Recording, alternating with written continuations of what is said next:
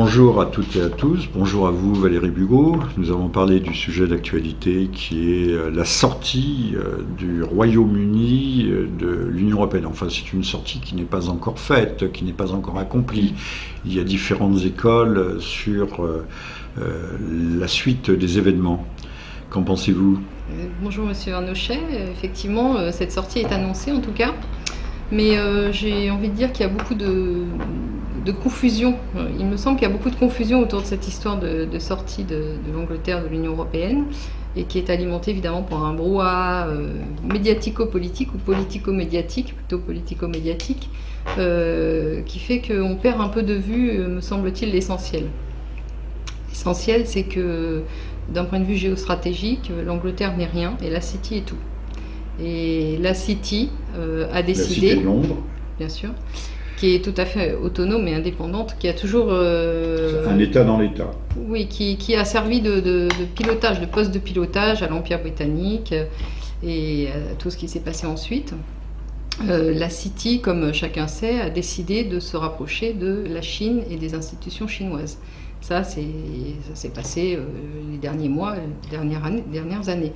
Donc cette décision de la City est à mettre en parallèle avec ce que la City a fait à la fin du 19e siècle et déjà au début du 20e siècle avec les États-Unis d'Amérique. Comment les grandes multinationales américaines ont été constituées par la grâce de banques européennes comme la Kuehne & Loeb, la Rothschild, des gens comme ça. Donc c'est un peu une sorte de déportation aux États-Unis de la finance européenne.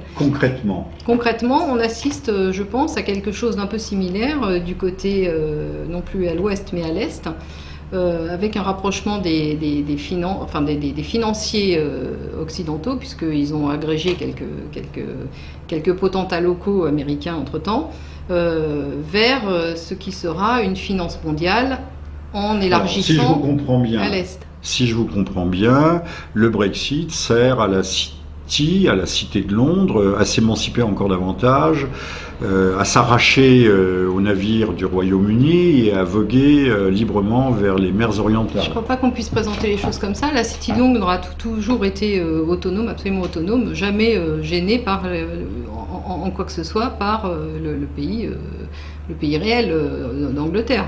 Je crois que la City a toujours fait ce qu'elle voulait. Simplement, ce qui est en train de se passer, c'est un élargissement des modalités financières vers la Chine. Et alors, les conséquences, Valérie ?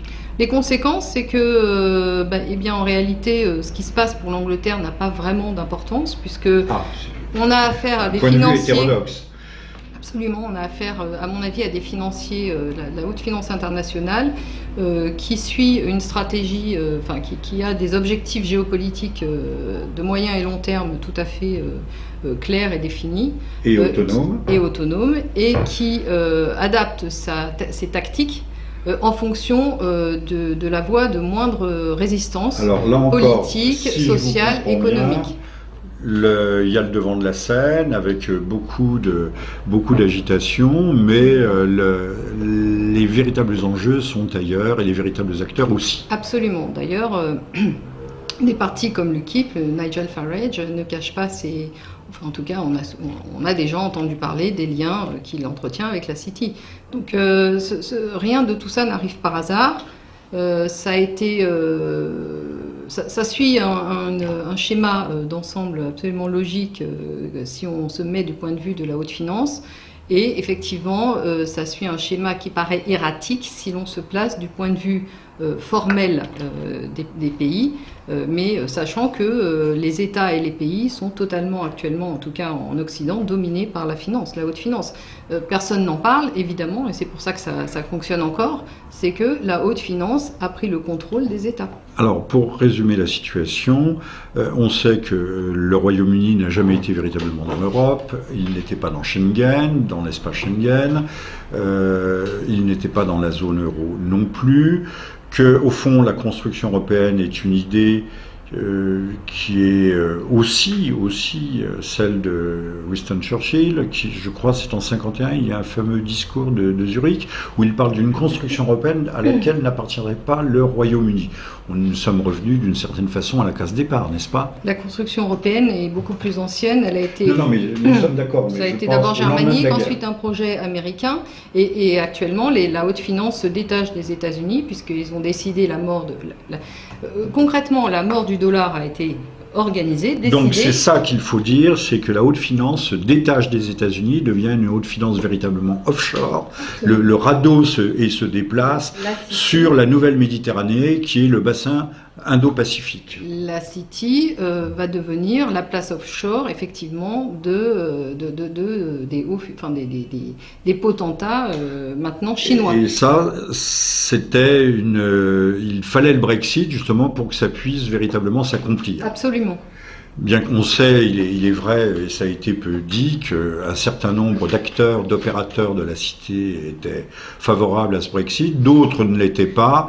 La banque protestante l'était apparemment un peu moins, mais globalement, il y a... Ça, c'est le brouhaha médiatique, politique et médiatique qui cache l'essentiel, qui est que, en réalité, cette finance s'internationalise. Elle est déjà totalement internationale, mais a pour objectif de créer des institutions financières solides internationales. Et de ce point de vue-là, on a un peu l'impression que l'Union européenne a servi un peu de laboratoire, un peu à moyenne échelle, pour ce qu'ils ont envie de développer à grande échelle. Quand on pense, par exemple, vous savez que les DTS, les droits de tirage spéciaux, qui ont été créés par le FMI en 1969, le renminbi, la monnaie chinoise, va les intégrer, si je me souviens bien, au 1er octobre 2016. Donc ça, c'est une révolution majeure par rapport à la domination financière américaine. Donc c'est quelque chose d'essentiel qu'il faut comprendre. Et quand on regarde un peu ces droits de tirage spéciaux, on a quand même l'impression, je ne peux pas m'empêcher de penser à l'ancien serpent monétaire européen. Je ne sais pas si vous vous souvenez. Tout le monde se souvient de ça. D'ailleurs, le serpent monétaire, ça porte un nom quand même assez particulier. Et il faut reconnaître que on a un peu l'impression que les choses vont se rejouer, mais à beaucoup plus grande échelle, à l'échelle à ce moment-là mondiale. Et que finalement cette monnaie internationale qu'ils vont finir par nous créer va ressembler en quelque sorte à cet euro tout à fait maléfique. Cet euro maléfique. Oui, véritablement maléfique. Si on regarde les images à la télévision, il y a des images malgré tout qui ne mentent pas. Monsieur Soros est un excellent acteur, mais Monsieur Soros avait l'air particulièrement dépité, et un certain nombre d'acteurs, ou alors ce sont des comédiens hors pair. Alors Bernard-Henri Lévy, Monsieur Munk, Monsieur le jeune Koenig, qui dans l'avion le ramenant, vous savez, ce jeune cadre dynamique de la mondialisation, au-dessus de l'Atlantique, tout à coup, a explosé de colère en apprenant le Brexit. Donc tout ça paraît contradictoire. Pourquoi voulez-vous, mais c'est fait pour, pourquoi voulez-vous que ces gens-là... Je ne crois pas, n'étant pas totalement complotiste, pourquoi voulez-vous que ces gens-là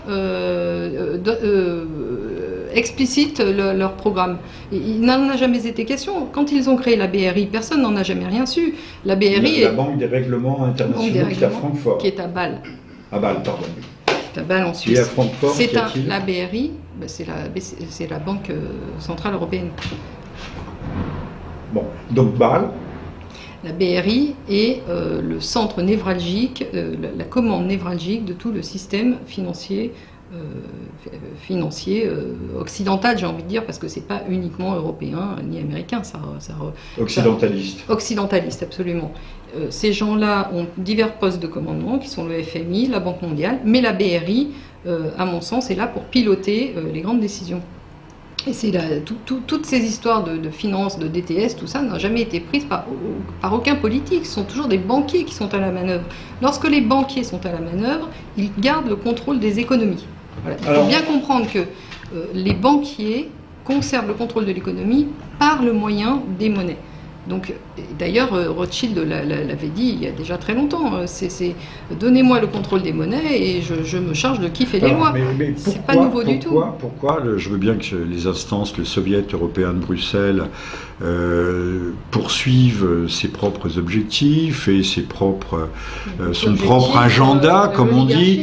Mais pourquoi avoir fait une telle campagne à ce moment-là contre la sortie du Royaume-Uni? Parce qu'elle a été d'une violence extrême. On a annoncé l'écroulement des bourses qui ont effectivement décroché 8% à Tokyo le lendemain. Il y a des résistances. Certains partis ne veulent pas abandonner le dollar et la partie américaine comme ça. Voilà, il est clair qu'il y a quand même des résistances, même peut-être à l'intérieur des cercles oligarchiques. Il y a des initiés, des super initiés. Absolument. Il faut considérer des lampistes. C'est exactement mon point de vue.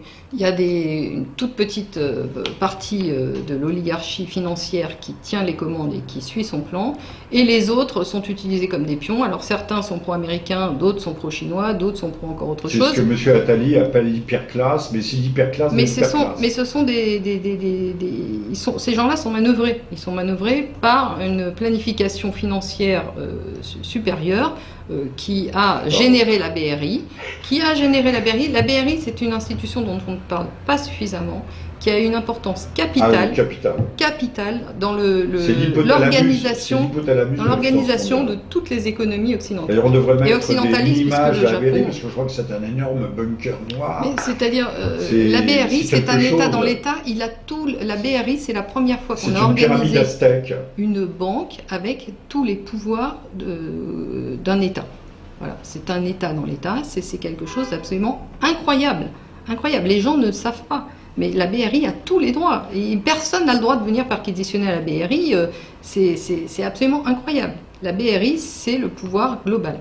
Voilà. Bon, alors maintenant, on va passer à un second volet. Alors, je présente en attendant Mensonges, Gros Mensonges et les médias de la revue Europe et Orient. C'est une revue semestrielle.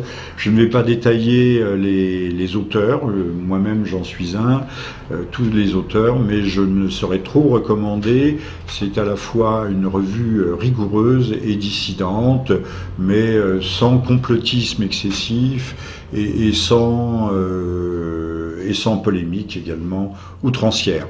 Et puis je voulais signaler ce livre écrit en 2008, que j'ai publié aux éditions de l'Infini, Europe, chronique d'une mort annoncée, où je parle de la collusion, de la querelle qui existe d'ailleurs entre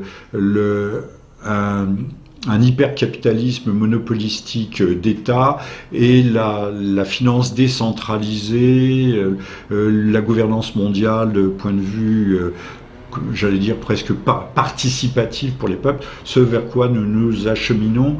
Donc Europe, chronique d'une mort annoncée aux éditions de l'Infini, et puis un livre plus ancien, écrit en 2005-2006, dont j'ai été l'éditeur, Manifeste pour une Europe des peuples. Alors il y avait même le regretté Allais, notre prix Nobel d'économie, Maurice, hein, c'est ça? Merci. Maurice Allais, le général gallois et bien d'autres, plus ou moins bien fréquentables, plus ou moins bien pensants, et même certains tout à fait bien pensants, puisque nous avions le député Jacques Miard à l'époque. Aujourd'hui, je ne le solliciterai peut-être plus de la même façon. Mais alors que l'on parle de reconstruction européenne, de refondation de l'Europe, nous apportions à cette époque des éléments tout à fait concrets et techniques. Donc le livre est toujours disponible, vous le trouverez sur Amazon, de même que Chronique d'une mort annoncée. Voilà, alors Valérie, au-delà de ce décor, de ces perspectives qui sont aussi des perspectives, on le sait, architectoniques, on peut les qualifier ainsi. Dans l'immédiat, que peut-on dire du Brexit, de ses conséquences, par exemple, sur l'effet domino? Bien, écoutez, l'effet domino, on verra, parce que c'est pas gagné vis-à-vis des élites actuellement au pouvoir. À mon avis, ça va peut-être pas se faire dans l'immédiat.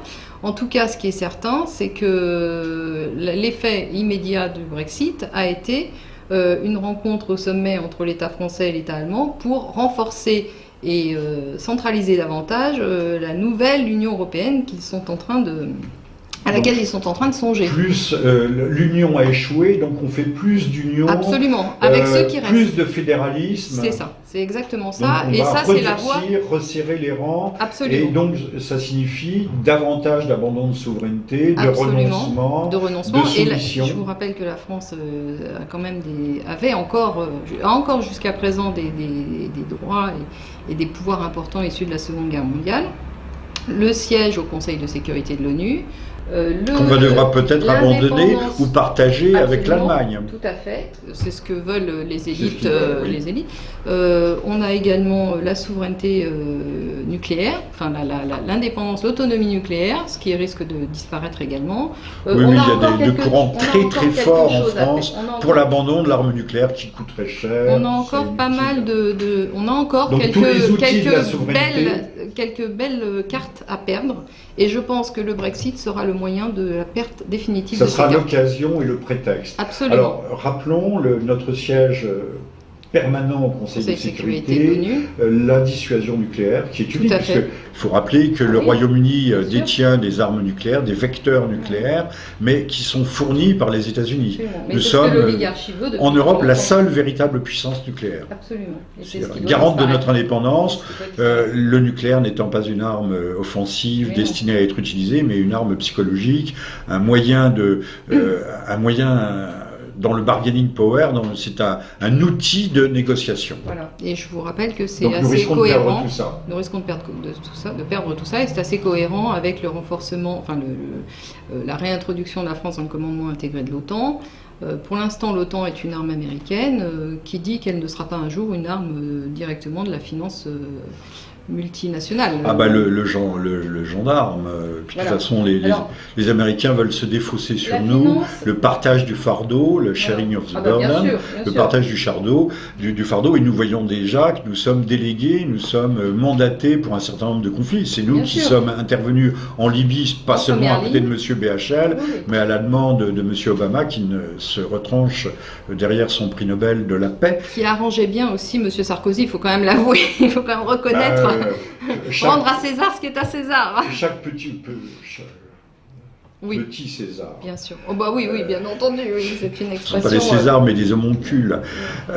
Homonculus, c'est des nains politiques, et pas des géants. Chacun veut sa guerre, puisque à l'occasion d'une guerre, il se hausse. On ne conteste plus la légitimité qui remonte. Mais là, M. Hollande, je fais une incidente, M. Hollande, où est-il? Il est dans les choux, il est en dessous de zéro, il est comme les taux d'intérêt de la Fed, il est à un taux négatif. Monsieur Hollande ne compte absolument pas.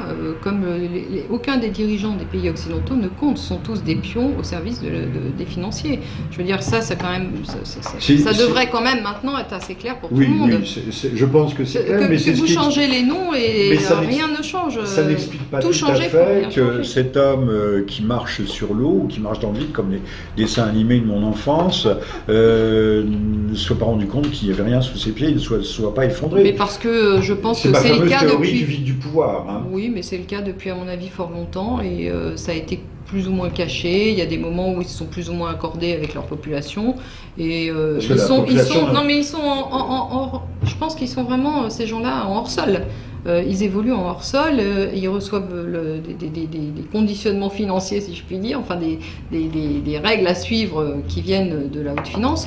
Et des oligarchies, je pense que ces gens-là n'ont aucun rapport avec les populations. Ils n'en ont jamais eu. Ils ne risquent pas, apparemment, ils en sont certains. La peine de mort a disparu, mais même la peine de mort pour les tyrans faillis n'existe plus non plus. Mais oui, mais également la haute trahison. Sarkozy s'est chargé de la haute trahison. Il n'y a plus de haute trahison non plus pour les Mais y a-t-il encore un peuple français?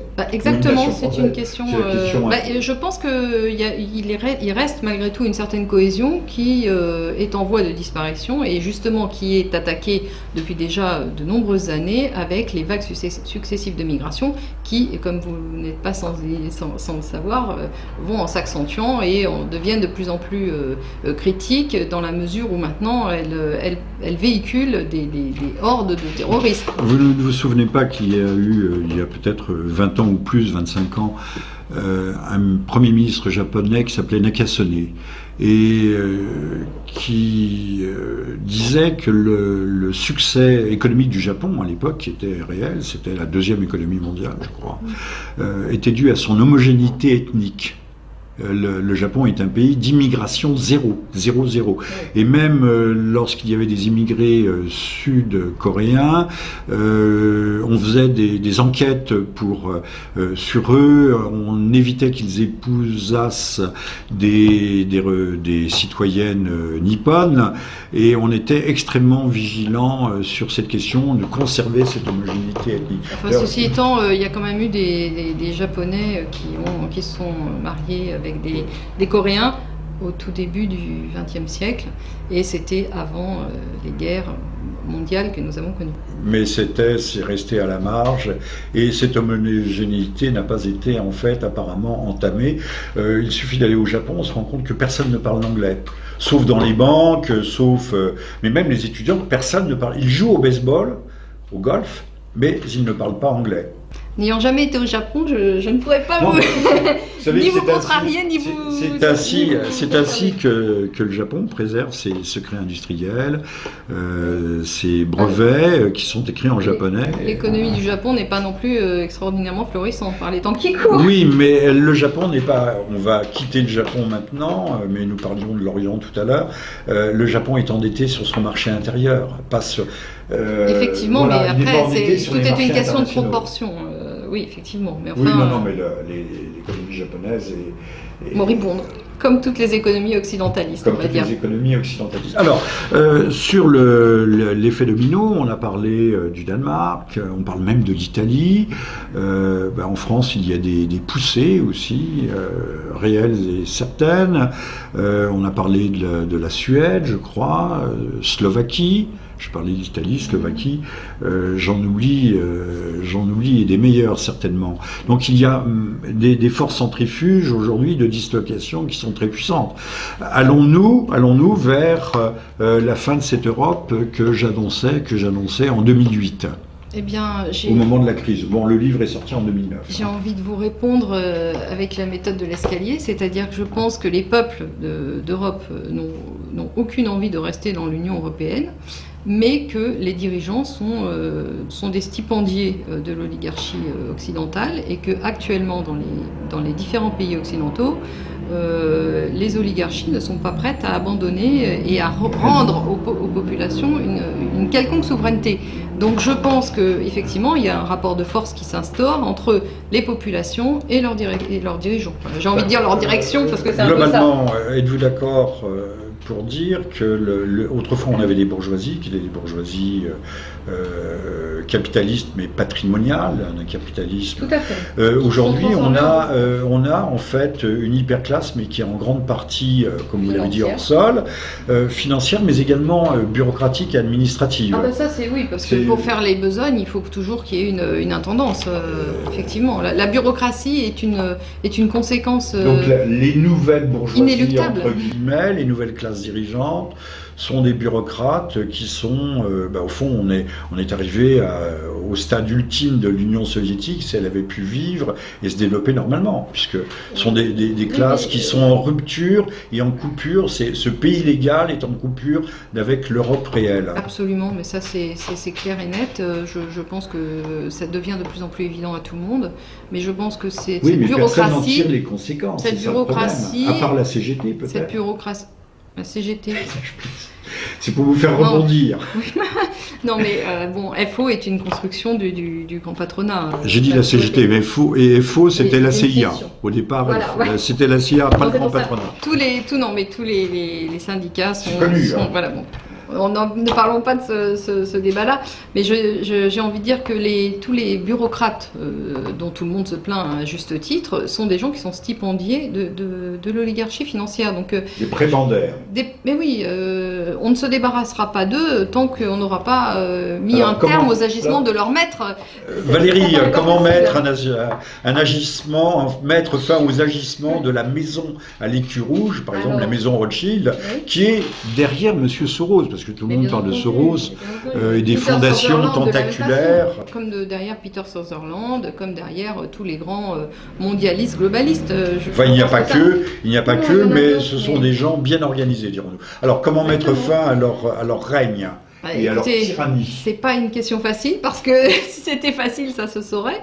Moi, personnellement, je pense qu'il faut que les gens soient de plus en plus avertis, donc informés de la réalité des pouvoirs en place. Et ensuite, ces gens-là s'organiseront plus ou moins et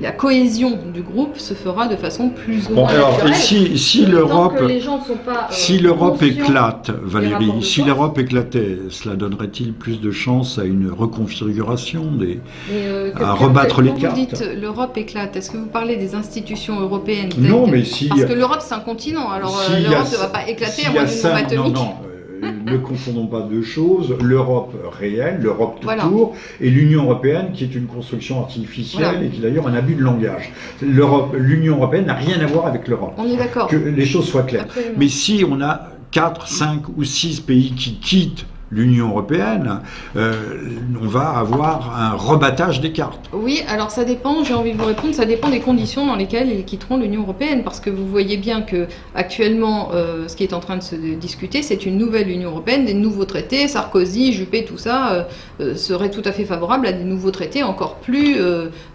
fédéralistes, etc. On a dit d'ailleurs, Valérie, qu'il y avait eu déjà des esquisses de projets rédigés de super constitution européenne. La Constitution européenne, on l'a déjà les choses rejetée ont une fois. été étudiées de ministre à ministre. Mais oui, enfin entre Mais les en dehors des Français médias, et les évidemment. Allemands. Oui, non, mais je veux dire, il ne faut pas se laisser abuser par la forme et par les mots. Il faut regarder ce qu'il y a derrière. Que certains pays quittent l'Union européenne, ça serait apparemment une excellente chose. Maintenant, pour faire quoi avec?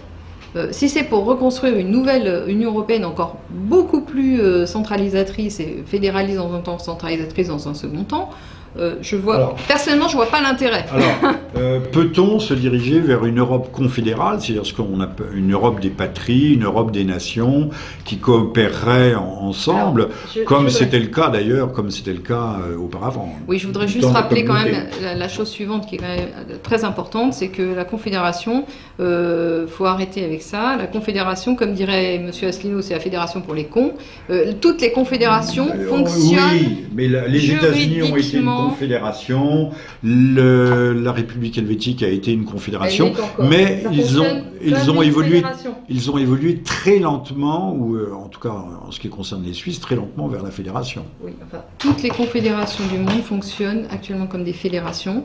Donc le destin de la confédération, c'est la fédération, et le destin de la fédération, c'est l'État unitaire. Bon. Et c'est parfaitement ce qui s'est passé aux États-Unis d'Amérique. Alors, êtes-vous pour la double monnaie, revenir comme du temps du lancement de l'euro dans les années 2000, un peu avant 2000, le franc d'un côté, qui permet des politiques d'ajustement monétaire en fonction de nos besoins, et de l'autre côté, une monnaie européenne et internationale qui serait l'euro. Le retour à une monnaie nationale me paraît absolument indispensable dans l'état actuel des économies locales. Mais peut-on dire Mais une économie, une monnaie, ne devrait plus dépendre exclusivement des financiers. Parce que sinon, nous retomberons, quel que soit le chemin que l'on prendra, nous retomberons toujours dans les mêmes travers.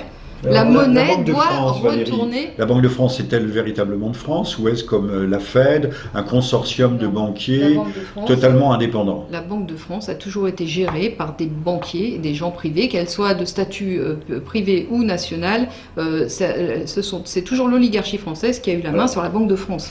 Et ça n'a pas changé. Ça n'a pas changé. Au droit régalien de battre monnaie et de gérer nos... Donc abolir le fameux décret ou la fameuse loi Pompidou-Rothschild, dite Pompidou-Rothschild de 73, qui nous impose d'emprunter sur des marchés extérieurs. Tout cela ne va, à mon avis, qu'avec une seule solution, c'est le retour d'une souveraineté populaire. tout ce que vous ferez en finance sans souveraineté populaire retombera toujours, tous les chemins mènent à Rome, on arrivera toujours à plus ou moins long terme dans les mêmes problématiques dans lesquelles nous sommes aujourd'hui. Souveraineté populaire et quelle est la forme de la souveraineté populaire? La monnaie ne doit pas être aux mains des banquiers, des banquiers la souveraineté transnationaux. Voilà, c'est uniquement. Vous n'aurez de souveraineté monétaire. Vous voulez dire par là que ça doit être public et du ressort public. Absolument. C'est la condition sine qua non pour sortir de tout ça. Sinon, on pourra mettre n'importe quel mot, n'importe quelle forme derrière. Mais n'est-ce pas contradictoire avec le fait que nos gouvernants, notre classe dirigeante, soient inféodés déjà à l'idéologie mondialiste et financés directement aussi, puisqu'il y a on sait que les groupes de pression grouillent à Bruxelles et que nos élus, nos parlementaires ne sont pas indifférents au chant des sirènes. Bien entendu. Quand elles sont ce chant et sonnant et trébuchant. Oui. Enfin, il faut quand même bien se rendre compte que la décision de nous faire entrer dans l'Union européenne et de faire perdre à la France sa souveraineté a été prise par les oligarchies, par l'oligarchie française. Tant qu'on ne se sera pas affranchi, tant que les populations ne se seront pas affranchies de leurs oligarchies, je ne vois pas d'issue, quelle que soit la forme. Ah bah écoutez, moi je ne suis pas... j'ai pas réponse à tout. Au Karcher, au lance-flamme, au bistouri. Je décrypte les réalités sous-jacentes, mais je n'ai pas de réponse à tout. Je pense que chacun doit prendre ses responsabilités. À partir du moment où les gens sont informés, chacun se doit d'agir au niveau... Oui, mais il y a l'euro. Je ne parle pas de la monnaie, il y a le foot. Vous savez très bien que... tout va ensemble. Vous savez bien que c'est des pains et des jeux. C'est pour ça que les footballeurs sont si bien payés, c'est parce qu'ils occupent... Quand les choses vont mal, il y a un gros attentat qui resserre les rangs, on fait des marches blanches, on allume des petites lumières. C'est pour ça que je dis qu'aucune solution ne peut venir autrement que par un retour que par une arrivée d'une souveraineté, des souverainetés populaires. Il faudrait de nouvelles élites, mais ces élites sont sous le boisseau. Elles existent sans doute, on peut espérer qu'elles existent. Vous en êtes peut-être un exemple, votre serviteur également, mais nous n'avons pas accès aux grands médias, nul ne nous connaît, à part des cercles très, très restreints, très étroits. À votre avis, pourquoi ? C'est justement parce qu'on mettrait probablement en danger toutes ces constructions hors sol. Nous sommes enfermés dans un cercle vicieux. Non, parce que je pense qu'au fur et à mesure des contraintes qui se resserrent... Le momentum historique, les circonstances, l'éclatement de l'Europe. Vous savez, il y a quand même nos bureaucrates de Bruxelles sont très très très mécontents, M. Juncker entre autres, et beaucoup, M. Hollande, dès le lendemain matin, quand on a annoncé le 24, quand on a annoncé le Brexit, voulait se venger. Il voulait punir le peuple, ou les peuples, puisqu'il y a les Irlandais, les Gallois, les Écossais du Royaume-Uni. Il fallait les punir et il fallait leur faire payer un prix très fort, le prix le plus haut, de façon à éviter le mauvais exemple, la contagion et l'effet domino. Alors, vous voyez bien la perversité du phénomène. Madame Merkel, elle, au contraire, était pour jouer le chronomètre, mais là c'est plus un chronomètre, c'était l'horloge. On verra dans 2 ans, et puis en tirant un peu les choses, on peut faire ça durer 8, 7, 8, 10 ans. 10 ans en disant, vous savez, la fameuse technique, le vote s'est exprimé, le peuple s'est exprimé, vous parlez d'expression de la souveraineté populaire à travers ce référendum, que monsieur Cameron a eu l'imprudence, puisque le référendum, on peut peut-être en dire un mot, et l'ennemi de nos eurocrates, ils sont largement prononcés là-dessus. J'ai quand même envie excusez-moi de vous interrompre, pour dire que ça me semble encore de la... je dirais que si on va au-delà des apparences, ce référendum, une fois de plus, la population a été utilisée pour aller dans le sens vous pensez, mais vous êtes vraiment conspirationniste. Eh ben écoutez, moi je constate que mais c'est pas grave, la finance a décidé de quitter... Madame Bugot, ça se soigne le conspirationnisme, même ça se guérit. Il y a des cours du soir et il y a des groupes de parole anticonspirationnistes. La City a décidé d'abandonner le dollar pour se rapprocher de la Chine et quelques mois après, nous assistons à un Brexit. Vous trouvez que c'est un heureux hasard ? Il n'y a pas de hasard dans les constructions humaines et en particulier dans les constructions sociales et les constructions financières. Je veux dire que tout ça n'est pas le fruit du hasard. Une partie de la finance a décidé de s'affranchir. Une partie de la finance.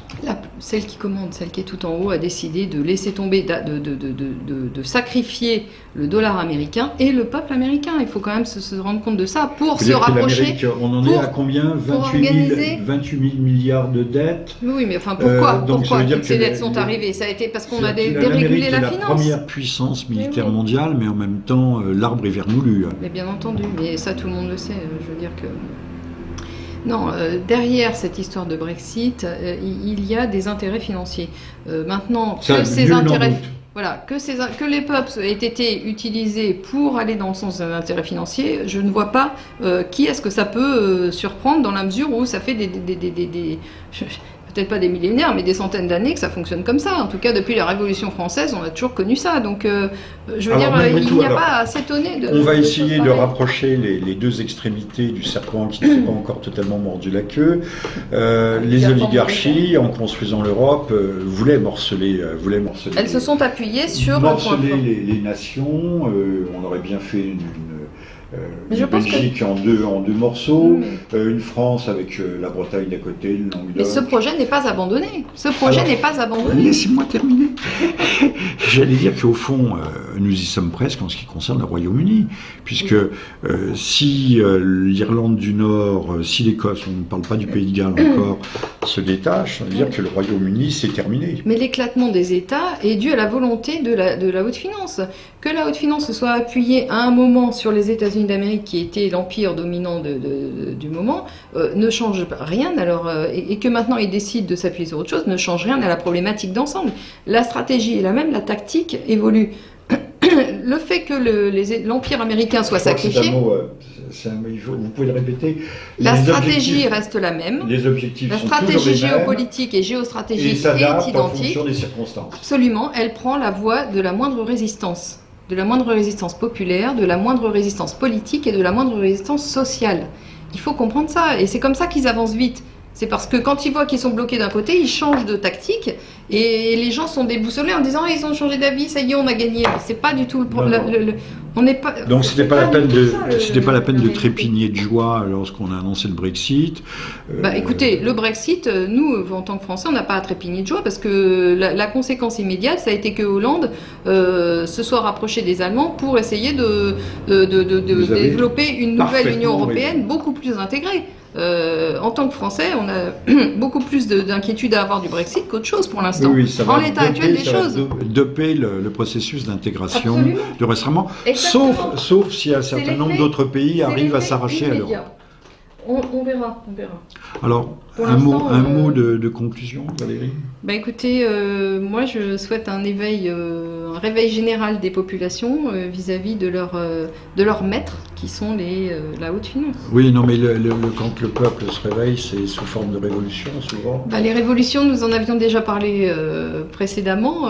J'ai bien peur qu'elles ne soient bien souvent récupérées par une certaine élite organisée. Tant que les populations ne seront pas organisées, les révolutions ne seront pas pertinentes. Je crois que la nature humaine étant ce qu'elle est, ce sont des élites et des minorités qui dirigent, et non pas la masse du peuple qui finalement est souvent assez étrangère à ces fameuses révolutions, quoi qu'on en dise. Oui, absolument. Mais il faut se rendre compte quand même d'une chose, c'est que jusqu'à présent, les élites financières ont eu besoin d'une armée localisée, donc elles ont utilisé des empires locaux, et qu'aujourd'hui, le développement technologique étant ce qu'il est et se développant de façon efficace, j'ai envie de dire, on risque un jour d'avoir des armées de robots, et à ce moment-là, il n'y aura plus besoin d'empires locaux. Vous comprenez bien ? La haute finance s'appuiera sur une force qui ne sera pas localisée et qui sera définitivement aux ordres. On est en train de développer, pour appuyer votre propos, des missiles hyper véloces, mais on va s'arrêter là, qui sont capables, Boeing en développe, mais les Russes, les Chinois également, qui se déplaceront entre Mach 10 et Mach 20 et qui seront capables de frapper dans la demi-heure qui suit n'importe quel point de la planète. Donc on entre véritablement dans des perspectives géostratégiques globales qui modifient la carte. Qui se passent et même qui n'ont pas besoin de l'État. Vous comprenez bien que les États sont une gêne pour eux. Bien sûr. Donc, parce que les États, c'est une certaine organisation, malgré tout, qui reste un peu populaire, parce que même si les États sont contrôlés par les oligarchies locales, il y a toujours, ils sont quand même obligés de brasser un peu de populeux. Fait le moins possible de référendums et jamais sur les questions les plus importantes. Ça reste un potentiel danger dans la mesure où les États peuvent potentiellement Parce que malgré tout, même vouloir leur indépendance. Si les peuples ne sont pas si mobilisés que cela, ils n'en sont pas forcément idiots pour autant, même s'ils regardent chaque jour leur match de foot. Absolument. Merci Valérie. Je rappelle pour la refondation de l'Europe, cet ouvrage qui a été écrit et publié en 2006, avec des noms tout à fait prestigieux comme Maurice Allais, le général gallois et tant d'autres.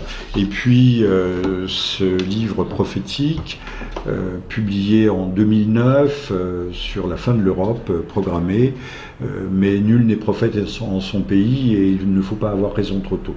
Mais dont je recommande la lecture, et puis la revue Europe et Orient qui vient de sortir et qui parle de la falsification à la fois de l'histoire, de la contemporanéité des événements et de l'actualité par les médias, nos fameux médias menteurs, mais qui sont aujourd'hui véritablement à la manœuvre. Merci Valérie, merci à vous, merci à toutes et à tous, et à très bientôt.